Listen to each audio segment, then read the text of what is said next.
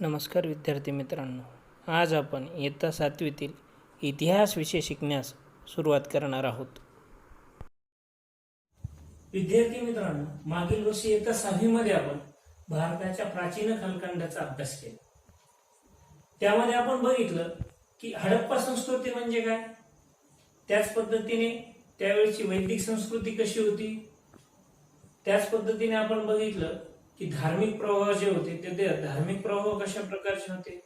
महावीर जैन असतील, गौतम बुद्ध असतील, यांचं कार्य कसं होतं, त्याच पद्धतीने त्या काळचे असणारे जनपदे आणि महाजनपदे याविषयीचा सविस्तर अभ्यास आपण मागच्या प्राचीन कालखंडामध्ये बघितला. यावर्षी आपल्याला भारताचा मध्ययुगीन इतिहास अभ्यासायचा आहे.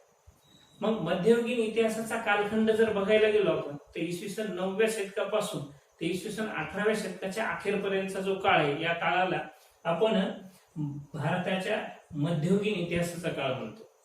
मग मध्ययुगीन इतिहासाच्या काळाचा जर विचार केला तर याच्यामध्ये अनेक महान आणि पराक्रमी राजे होऊन गेले. त्यातील जर उदाहरणादाखल घ्यायचं झालं तर छत्रपती शिवाजी महाराज असतील, महाराणा प्रताप असतील, आणि याप्रमाणे अनेक महान राजे होऊन गेले ज्यांनी की आपली कारकीर्द गाजवली आपल्या पराक्रमाने. अशा असणाऱ्या महान राजांचा इतिहास आपल्याला या वर्षी अभ्यासायचा आहे. मग आपण मागच्याच वर्षी बघितलं की इतिहास लेखन करताना पुराव्याची गरज असते, साधनांची गरज असते, त्या आधारेच इतिहास लेखन केलं जातं.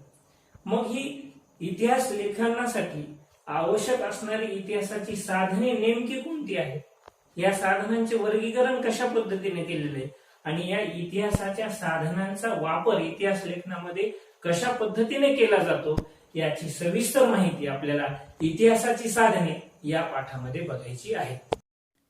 विद्यार्थी मित्रांनो, इतिहासाच्या साधनांची माहिती घेण्या अगोदर आपण इतिहासाची व्याख्या व अर्थ समजून घेऊया.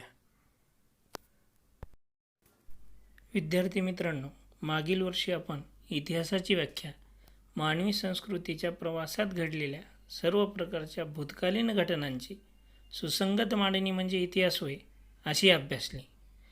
आता आपल्याला यावर्षी इतिहासाची व्याख्या आणखी सविस्तरपणे अभ्यासायची आहे. ती म्हणजे भूतकाळात घडलेल्या घटनांची कालक्रमानुसार शास्त्रशुद्ध आणि पद्धतशीर दिलेली माहिती म्हणजे इतिहास होय. मग इथे घटनांचा कालक्रम जर बघितला तर यासाठी शिवरायांचा इतिहास हे उदाहरण आपल्याला घेता येईल. शिवरायांचा जन्म 1630 साली झाला. शिवरायांनी स्वराज्य स्थापनेची प्रतिज्ञा 1645 साली घेतली. त्याच पद्धतीने शिवरायांनी शाहिस्ता खानाची पोटे 1663 साली छाटली. शिवरायांनी आग्र्याहून सुटका 1666 साली केली आणि शिवरायांचा राज्याभिषेक हा 1674 साली झाला. हे आपण कालक्रम जर बघितला तर याच्यात आपल्याला लक्षात येईल की कालक्रमानुसार घटना कशा घडत गेल्यात आणि त्याचा सविस्तर अभ्यास आपण इयत्ता 4थीमध्ये केलेला आहे. यावरून आपल्याला इतिहासाची व्याख्या समजेल. इतिहास या शब्दाचा अर्थ असे घडले असा आहे. व्यक्ती, समाज, स्थळ आणि काळ हे 4 घटक इतिहासाच्या दृष्टीने अत्यंत महत्त्वाचे आहेत. हे 4 आधारस्तंभ आहेत. आता आपण इतिहासाची साधने म्हणजे काय ते समजून घेऊया. इतिहास हा विश्वसनीय पुराव्यांवर आधारित असावा लागतो. या पुराव्यांना इतिहासाची साधने म्हणतात. विद्यार्थी मित्रांनो, ऐतिहासिक घटनेचा अभ्यास करायचा असल्यास ऐतिहासिक साधनांचा आधार घ्यावा लागतो. या साधनांचा खरेपणा तपासावा लागतो. मगच त्यांचा चिकित्सकपणे वापर करणे आवश्यक असते. इतिहासाची साधने फार गरजेची आहेत. विद्यार्थी मित्रांनो, इतिहासाच्या साधनांचे 3 प्रकार पडतात: भौतिक साधने, लिखित साधने आणि मौखिक साधने.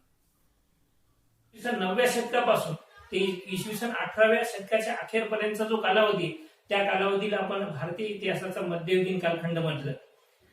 त्याच पद्धतीने आपण बघितलं की इतिहासाची व्याख्या व अर्थ पुढे जाऊन आपण समजून घेतलं की इतिहासाची साधने म्हणजे काय आणि इतिहासाच्या साधनांची तोंडओळख आपण करून घेतली. मग इतिहासाची साधने अभ्यासत असताना आपण इतिहासाच्या साधनांचे 3 प्रकारामध्ये वर्गीकरण केले. त्या 3 प्रकारात वर्गीकरण करत असताना आपण पाहिलं की इतिहासाची भौतिक साधने, इतिहासाची लिखित साधने आणि इतिहासाची मौखिक साधने असे 3 प्रकारामध्ये इतिहासाच्या साधनांचे वर्गीकरण आपण केले. आता आपण जर बघितलं की इतिहास लेखन करत असताना इतिहासाची साधने ही अत्यंत महत्वाची असतात.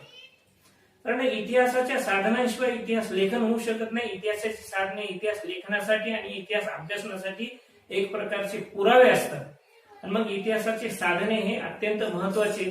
त्यातीलच खूप महत्वाचं असणारं साधन म्हणजेच इतिहासाचे भौतिक साधन. या इतिहासाच्या भौतिक साधनाविषयीची माहिती आपण आजच्या या व्हिडिओमध्ये बघणार आहोत. चला अभ्यासूया इतिहासाची भौतिक साधने. विद्यार्थी मित्रांनो, इतिहासाच्या अभ्यासामध्ये इतिहासाची भौतिक साधने खूप महत्त्वाची आहेत.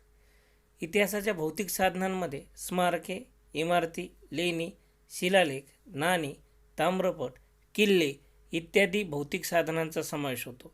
यावरून आपल्याला भौतिक साधनांची व्याख्या करता येईल. ती म्हणजे किल्ले, स्मारके, इमारती, लेणी, शिलालेख, नाणी, ताम्रपट या वस्तू आणि वास्तू किंवा त्यांचे अवशेष यांना इतिहासाची भौतिक साधने असे म्हणतात. प्रत्येक साधनाचा आपण सविस्तर अभ्यास करूया. इतिहासाच्या भौतिक साधनामध्ये किल्ल्याला अनन्यसाधारण महत्त्व आहे. मग किल्ल्यालाच कोट किंवा दुर्ग असेही म्हणतात. मग किल्ल्याचा जर विचार केला तर किल्ल्याचे काही प्रकार पडतात. ते म्हणजे गिरिदुर्ग, जलदुर्ग, वनदुर्ग आणि भुईकोट. त्यातील गिरिदुर्ग म्हणजेच डोंगरी किल्ले. त्याचं जर आपल्याला उदाहरण बघायचं झालं गिरिदुर्गाचं तर ते म्हणजे रायगड किल्ला आणि शिवनेरी किल्ला. हे दोन्ही किल्ले गिरिदुर्ग आहेत. आपल्याला पुढे जाऊन जर विचार केला तर जलदुर्गांचा जर विचार केला तर सिंधुदुर्ग आणि पद्मदुर्ग हे जे किल्ले आहेत हे किल्ले जलदुर्ग आहे. जलदुर्ग म्हणजे पाण्यातील किल्ले. पुढे जंगली किल्ल्यांचा जर विचार केला, जंगली म्हणजे वनदुर्ग, तर वासोट्याचा किल्ला जो आहे हा वनदुर्ग आहे. आणि भुईकोट म्हणजे जमिनीवरील किल्ले. तर भुईकोटाचं जर उदाहरण बघायचं झालं तर नळदुर्ग हा किल्ला भुईकोट किल्ला आहे. तुम्ही सहलीला गेले तेव्हा एखादा किल्ला बघितला असेल. त्या किल्ल्याचे निरीक्षण केल्यानंतर आपल्याला त्या काळची संरक्षण व्यवस्था, तेव्हाचे लोकजीवन व त्या काळची वास्तुकला याचे ज्ञान होते. म्हणजेच किल्ले हे इतिहासाचे अत्यंत महत्त्वाचे भौतिक साधन आहे हे आपल्याला लक्षात येते. किल्ल्यांना इतिहासामध्ये अनन्यसाधारण महत्त्व आहे. किल्ल्यांप्रमाणेच स्मारके हे देखील महत्त्वाचे भौतिक साधन आहे. स्मारकांमध्ये समाधी, वीरगळ व कबर यांचा समावेश होतो. रायगड किल्ल्यावरील शिवरायांची समाधी ही आपल्याला नेहमीच प्रेरणा देत असते. मग समाधीप्रमाणेच वीरगळ, कबर हे देखील स्मारकांमध्ये मोडते.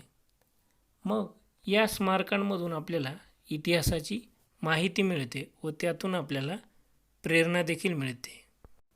ऐतिहासिक इमारती देखील इतिहासाचे महत्त्वाचे भौतिक साधन आहे. इमारतींचा विचार केला असता पुण्यातील शनिवारवाडा, त्याचप्रमाणे लाल महाल आणि कोल्हापूर येथील शाहू पॅलेस आणि शिवरायांच्या काळातील सामान्य माणसांची जर घरे बघितली तर आपल्याला त्यावेळेसची सर्व वास्तुकला लक्षात येते. थोडक्यात काय तर किल्ले, इमारती, स्मारके यावरून आपल्याला त्या कालखंडाचा बोध होतो. वास्तुकलेची प्रगती समजते. त्या काळातील आर्थिक स्थिती, कलेचा दर्जा, बांधकामाची शैली, लोकांची राहणीमान इत्यादींची माहिती मिळते. म्हणजेच काय तर या भौतिक साधनांमुळे आपल्याला इतिहासाचे परिपूर्ण ज्ञान मिळते. त्याचप्रमाणे शिलालेख हे देखील इतिहासाचे महत्त्वाचे साधन आहे. शिलालेख म्हणजे दगडावर किंवा भिंतीवर कोरलेले लेख. उदाहरणार्थ तंजावर येथील बृहदीश्वर मंदिराच्या परिसरातील लेख. चालुक्य, राष्ट्रकूट, चोळ, यादव या राज्यांच्या काळात कोरलेले अनेक शिलालेख मिळालेले आहेत.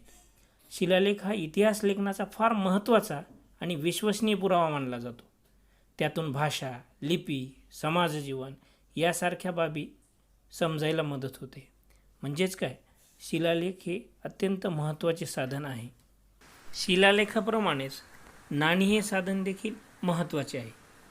विविध राज्यकर्त्यांनी सोने, चांदी, तांबे या धातूंचा उपयोग करून तयार केलेली नाणी इतिहासाची साधने म्हणून महत्त्वाची आहेत. नाण्यांवरून राज्यकर्ते कोण होते, त्यांचा काळ, राज्यकारभार, धार्मिक संकल्पना, व्यक्तिगत तपशील इत्यादींची माहिती मिळते. तसेच आर्थिक व्यवहार आणि आर्थिक स्थिती यांची माहिती मिळते. त्या काळातील धातुशास्त्राची प्रगती समजते. मग सम्राट अकबराच्या नाण्यांवरील रामसीतेचे चित्र किंवा हैदर अलीच्या नाण्यांवरील शिवपार्वतीच्या प्रतिमा यावरून त्या काळातील धार्मिक समन्वयाची जाणीव होते. पेशव्यांच्या नाण्यांवर अरेबिक किंवा पर्शियन भाषेचा वापर होत असे, यावरून त्या काळातील भाषा व्यवहार समजतो. थोडक्यात काय, तर नाण्यांमुळे तत्कालीन समाजव्यवस्था, अर्थव्यवस्था, राज्यव्यवस्था याविषयीचं ज्ञान आपल्याला मिळतं. लेणी या इतिहासाच्या साधनामधून आपल्याला तत्कालीन शिल्पकलेचा उत्तम नमुना अभ्यासायला मिळतो. वेरूळ येथील कैलास लेण्या असतील, बुद्ध लेण्या असतील, या लेण्यांमधून आपल्याला तत्कालीन धार्मिक प्रवाह, त्याच पद्धतीने समाजव्यवस्था व राज्यव्यवस्था याविषयीचं ज्ञान मिळतं. विद्यार्थी मित्रांनो, आज आपण भौतिक साधनांचा सविस्तरपणे अभ्यास केलेला आहे. त्यामध्ये आपण स्मारके, इमारती, लेणी, शिलालेख, नाणी, ताम्रपट, किल्ले या सर्व भौतिक साधनांचा सविस्तरपणे अभ्यास केला. प्रत्येक साधनांचे विविध उदाहरणे आपण अभ्यासली आणि या साधनांचा आपण इतिहास लेखनासाठी कसा उपयोग होतो ते अभ्यासला आणि हे साधने तुम्ही कायमस्वरूपी लक्षात ठेवाल हीच अपेक्षा. धन्यवाद. चला अभ्यासूया इतिहासाची लिखित साधने. इतिहासाच्या साधनातील दुसरे महत्त्वाचे साधन म्हणजे लिखित साधन.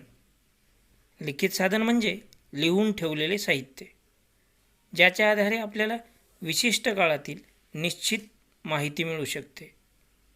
पूर्वीच्या काळी देवनागरी, अरेबियन, पर्शियन, मोडी यासारख्या लिपींचा वापर होत असे.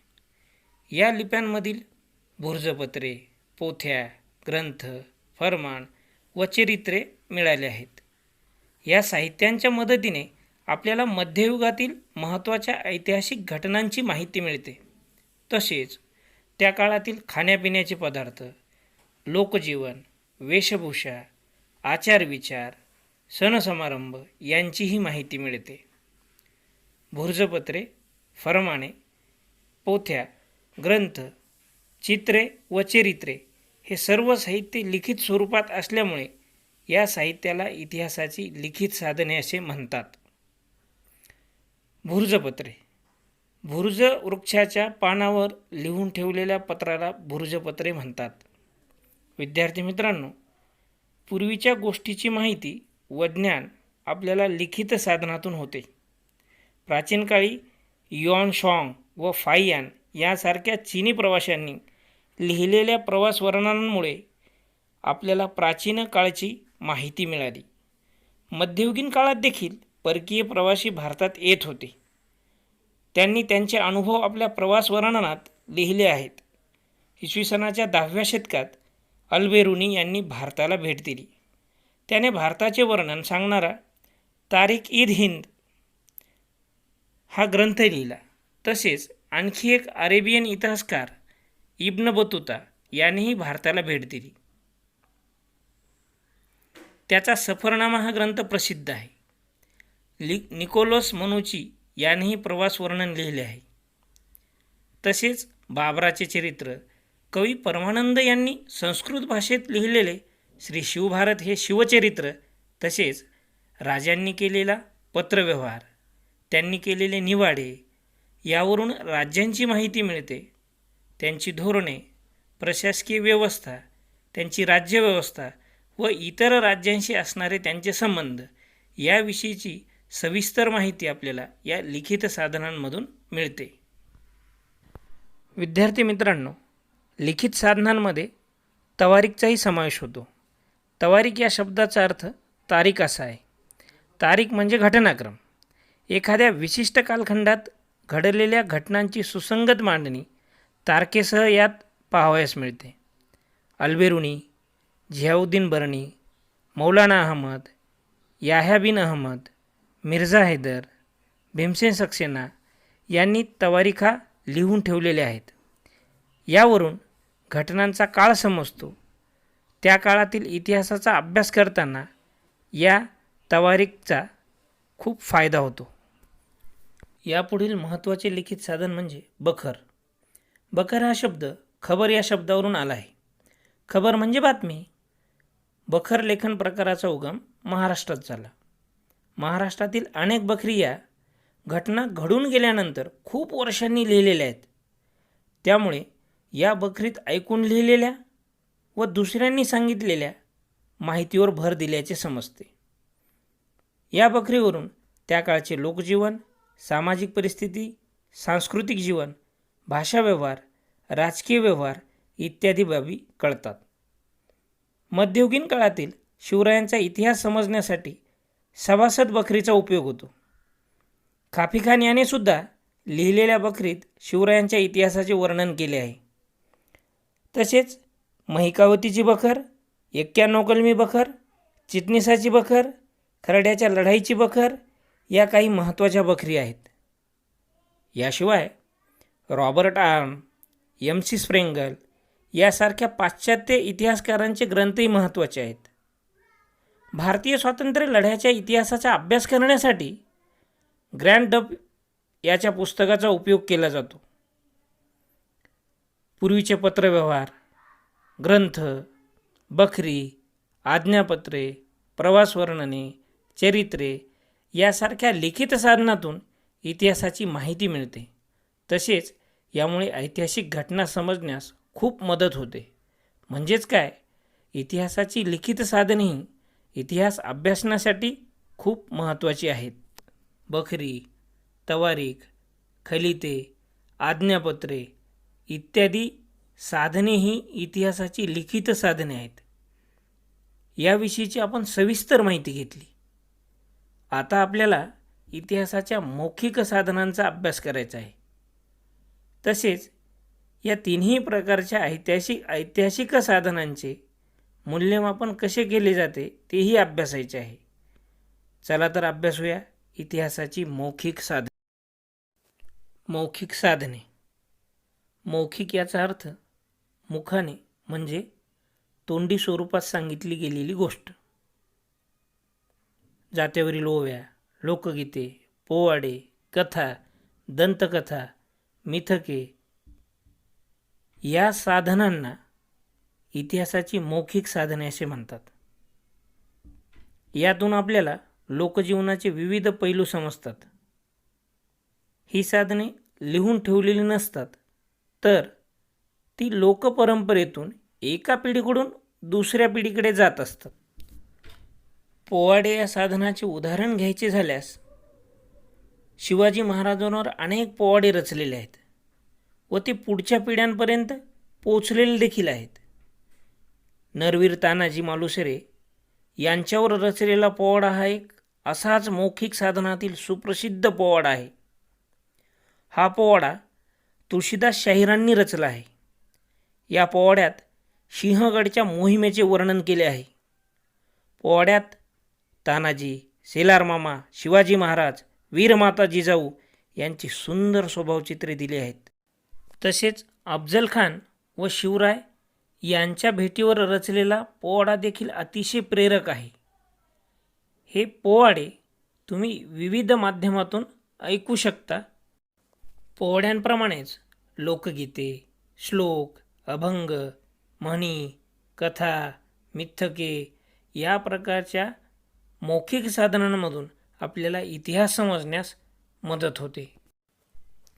विद्यार्थी मित्रांनो, आपण इतिहासाची लिखित साधने, मौखिक साधने व भौतिक साधने ही 3 प्रकारची साधने अभ्यासली. आपण पाहिलेल्या या तिन्ही प्रकारच्या साधनांचा आधार घेऊन इतिहासाचे लेखन केले जाते. इतिहासाचे एकदा लेखन केले म्हणजे सगळे संपत नाही, तर इतिहासाविषयीचे संशोधन अखंडपणे चालू राहते. या संशोधनातून नवी साधने, नवी माहिती समोर येते.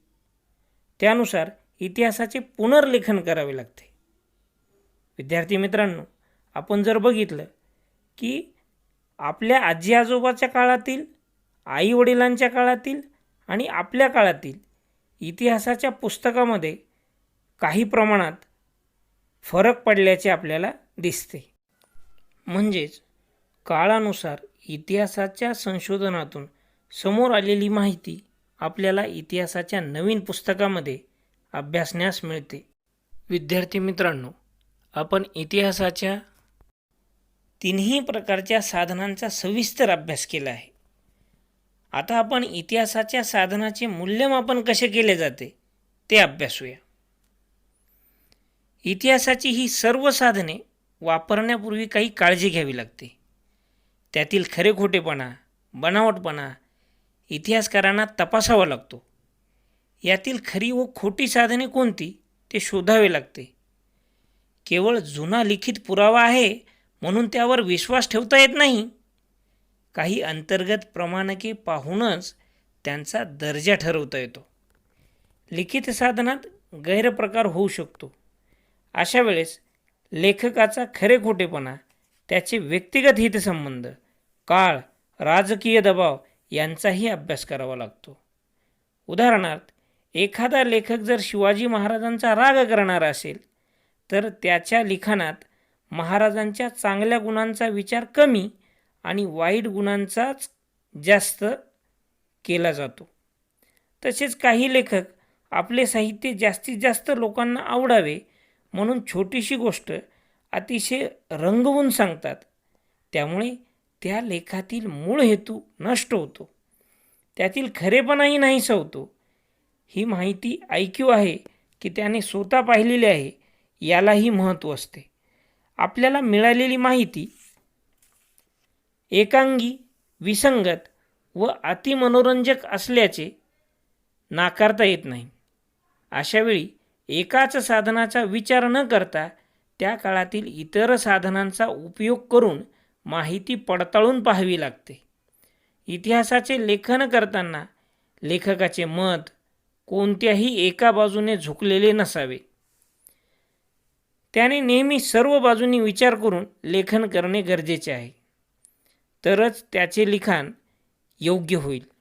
म्हणूनच इतिहास लेखनात लेखकाचा निपक्षपातीपणा आणि तटस्थता फार महत्त्वाची असते.